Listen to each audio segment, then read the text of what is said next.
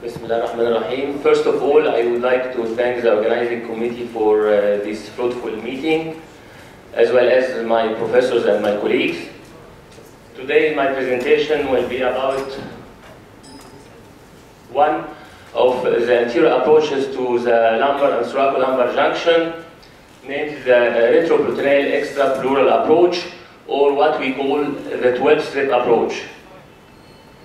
The recent development of rigid corpectomy reconstruction devices has made the anterior approaches to the lumbar and thoracolumbar spine more attractive by improving the biomechanical strength of the anterior column.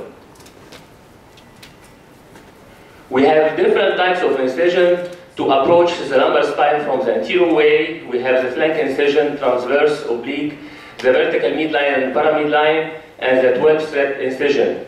And the last one will be our concern today. All of us, we know that the presence of the diaphragm at the thoracolumbar junction makes this part of the spine one of the most difficult regions that could be accessed surgically. The retroperitoneal extrapleural approach is performed while the patient lies on his right lateral side with the left side up. Usually we prefer working from the left side because it is easier to retract the spleen on the left side rather than the liver on the right side. But sometimes when the pathology is more predominant on the right side, we can go also from the right side.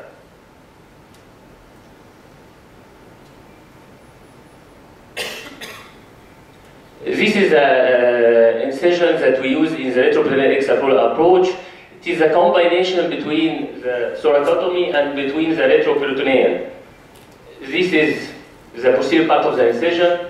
Usually we start about 5 centimeters from the midline, following the last rib, and this is the anterior part that ends at the lateral edge of the rectus muscle. Usually the posterior part is much more important, and usually we start 5 centimeters from the midline, and 7 inches it will be enough, and usually we do not need to extend so much anteriorly.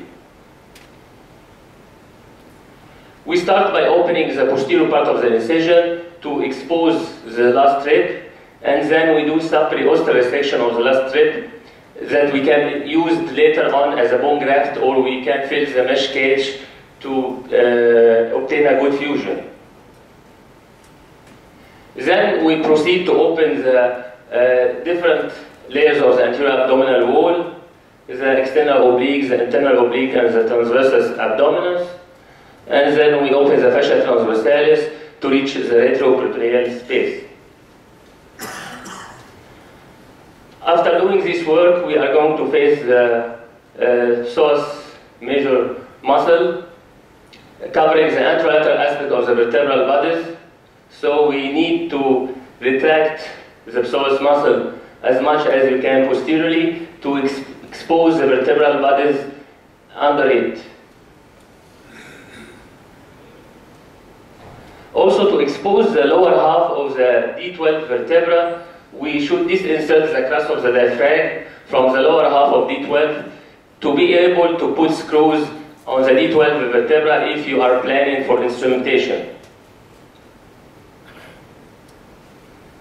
We should coagulate and ligate the segmental vessels covering the vertebral bodies.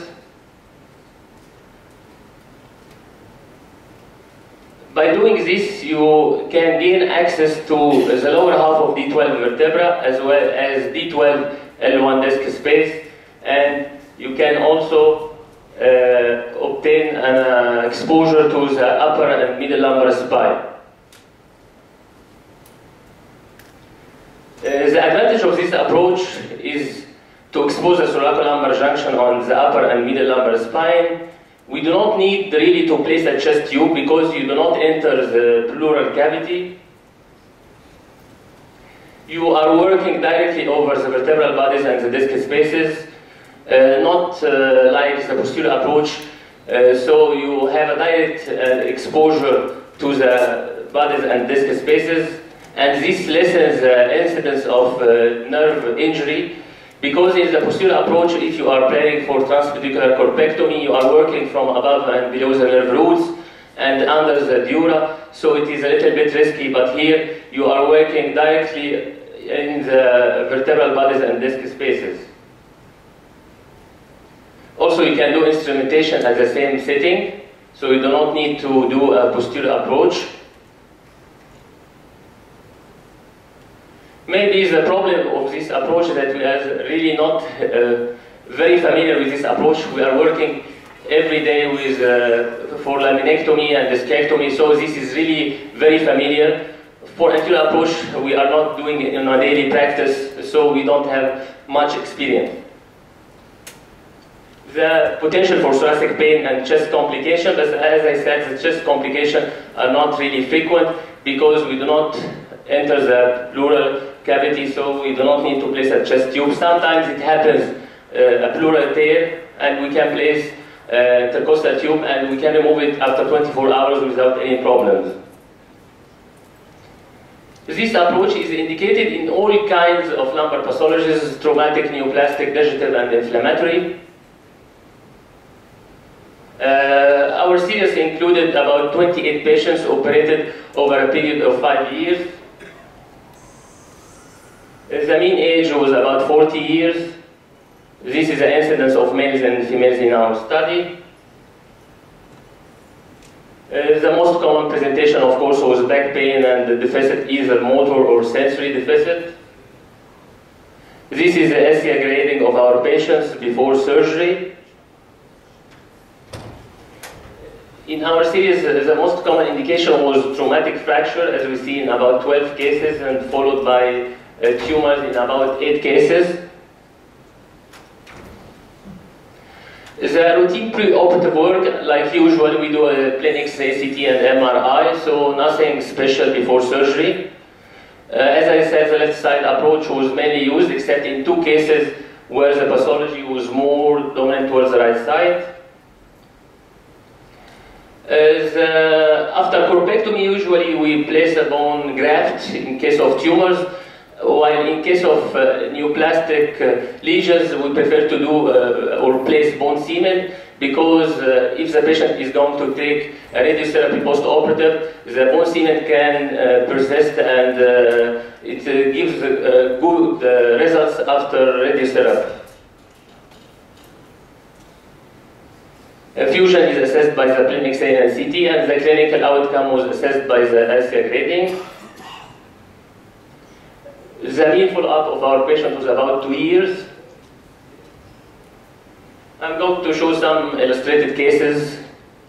This is a case of L1 burst fracture, and we can see here clearly that there is a bone fragment compressing the spinal canal. We went from anterior and we did corpectomy. Here we don't need really a complete corpectomy. As you can see, the rest or the remaining of the vertebral body is still there. We did not need to remove, because the problem here is the part compressing the spinal canal. We just remove it, and we placed the bone graft, and we did anterior instrumentation at the same time. And post-operatively, the patient was clinically good, and the patient also was followed by the plain X-rays, and we didn't have a problem of kyphus deformity. You are going to say that doing from posteriorly, we place about 2 levels above and 2 levels below instrumentation to guard against kyphus. Here we just place the 4 screws, and it is not like the pedicular screw, which go from the anterior and middle to the posterior column. This is only anterior column, but here's the advantage is that you are reconstructing your anterior column, and this is the guarantee against kyphus development. But when you are doing posterior only surgery, you just place the screws and you did not reconstruct the anterior column. So this is the advantage, and that's why we did not have a kyphus deformity in this kind of surgery, despite we are placing only the anterior instrumentation system. This is another case of L1 burst fracture. We can see here with the CT axial cut, this bony spicule compressing the spinal canal. Also in this case, we did a corpectomy, partial corpectomy, we placed the bone graft, and we did anterior instrumentation. Also another case of L1 burst fracture.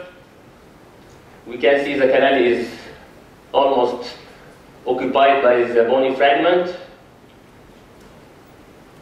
In this case, we place a mesh cage filled with the iliac graft or filled with the rib. And we can see here the reconstruction of the anterior column.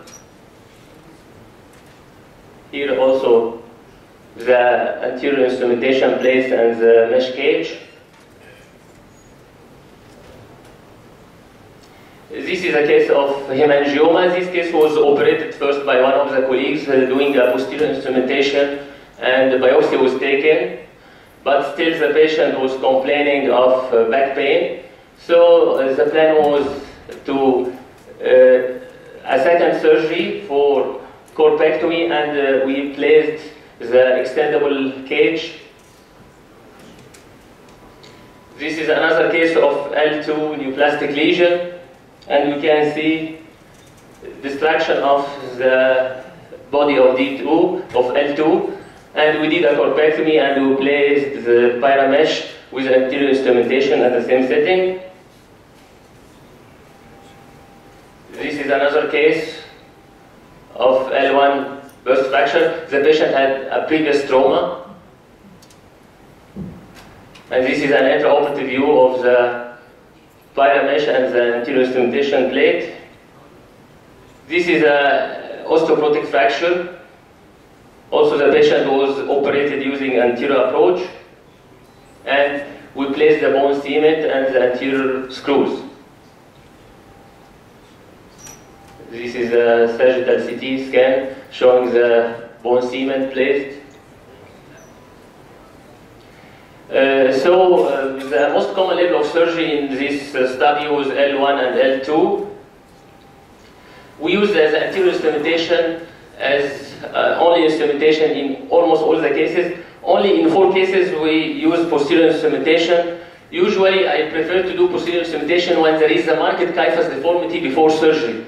So I prefer to correct it first from posterior approach, then going anteriorly and reconstructing the anterior column. Of course, a lot of surgeons, I prefer to do it only a single stage and doing everything from posterior, but when you are working at the level of L1, L2, this is the area of the corner, is very sensitive. I think the neurological insult could be much more important when doing corpectomy posteriorly than anteriorly. The bone graft was used from the iliac or from the rib, and we use also the bone cement in cases of osteoporosis and in cases of tumors.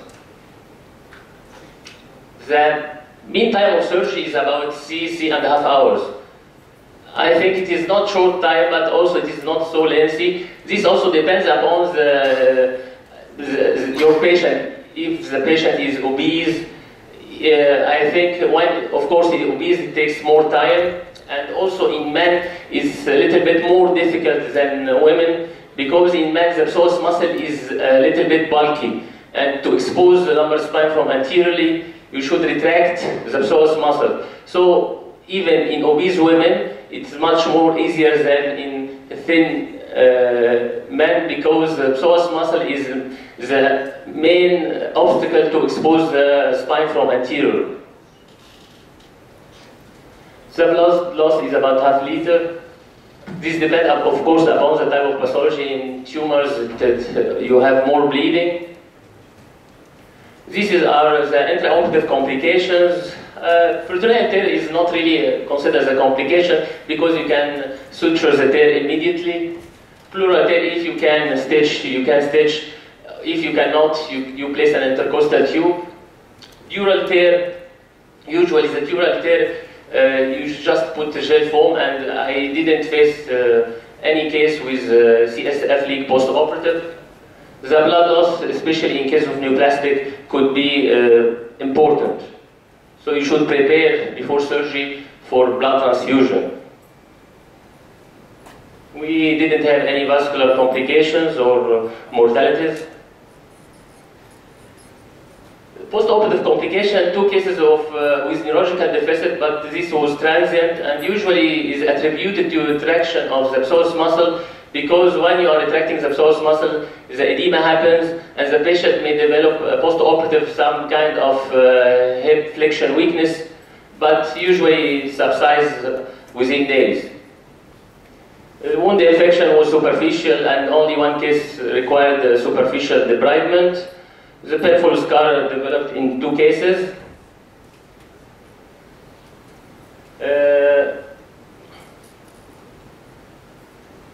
As regards the kyphus deformities, the majority of the cases were improved as regards the kyphus, at least 5 degrees post-operative.